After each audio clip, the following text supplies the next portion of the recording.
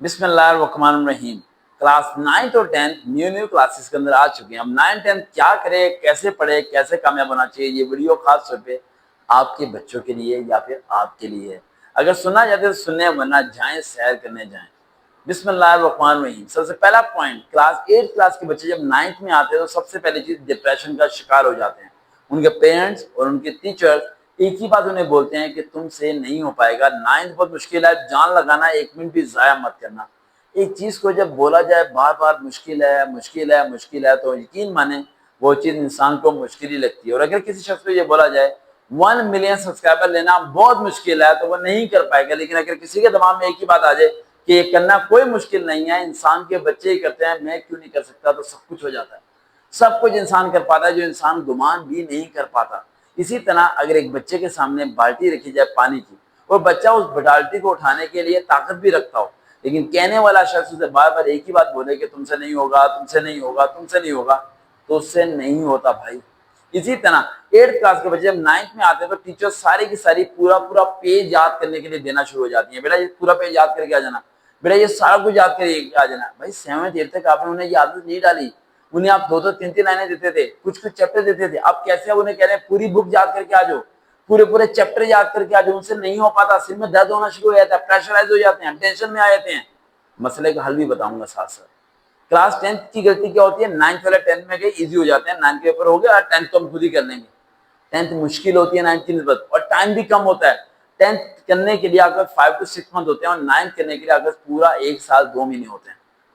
कौन हारेगा कौन जीतेगा समझना पड़ेगा इस वीडियो के अंदर। सबसे पहला पॉइंट, जब 8th क्लास के बच्चे 9th में आए तो 3-4 बातें ज़हन में रखें। सबसे पहला पॉइंट, सब कुछ याद नहीं करना। सब कुछ याद नहीं करना।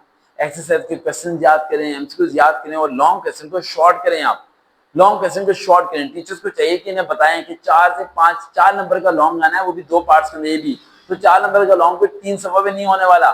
डेफिनेशन आएगी, थोड़ी सी एक्सप्लेनेशन आएगी, और डेरिवेशन यानी फॉर्मूला आ जाएगा। डेटशीट खत्म। यहाँ पर बच्चे को थोड़ा शॉर्ट करके दें, उसे समझाएं, उसे हौसला दें, बेटा आसानी से हो जाएगा, कोई मसला नहीं है, कर पाएगा।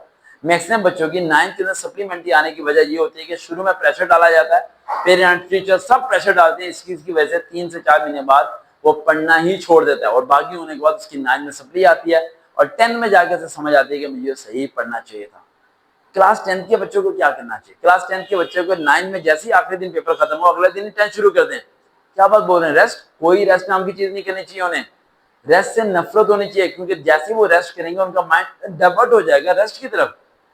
9th पढ़ते पढ़ते एक रिदम बनी होती है, एक रूटीन बनी होती है, एक पावर होती है उसके अंदर। सबक याद करना आसान होता है, लेकिन 10th में आके उससे सबक याद करना बेइंतहा मुश्किल हो जाता है, क्योंकि उसमें गैप डालता है। वो 9th के बाद 3 मंथ गैप डालता है। गर्मियों की छुट्टियां आ जाती हैं, उसे लगता है कि गर्मियों की छुट्टियां उसके लिए बनी हैं। ऐसा नहीं करना चाहिए। खास तौर पर वो बच्चे जिन्हें यकीन है कि 9th में 1 या 2 सप्लीमेंट्री आ जाएगी, 10th में जान लगा दें। 10th वाले बच्चे जो पेपर दे के हटे हैं फर्स्ट ईयर, वो अगले दिन ही शुरू कर दें, क्योंकि अगर उनकी 2 सप्लियां आ गई तो टेंशन लेने की जरूरत नहीं है। फर्स्ट ईयर आधी पढ़ चुके होंगे।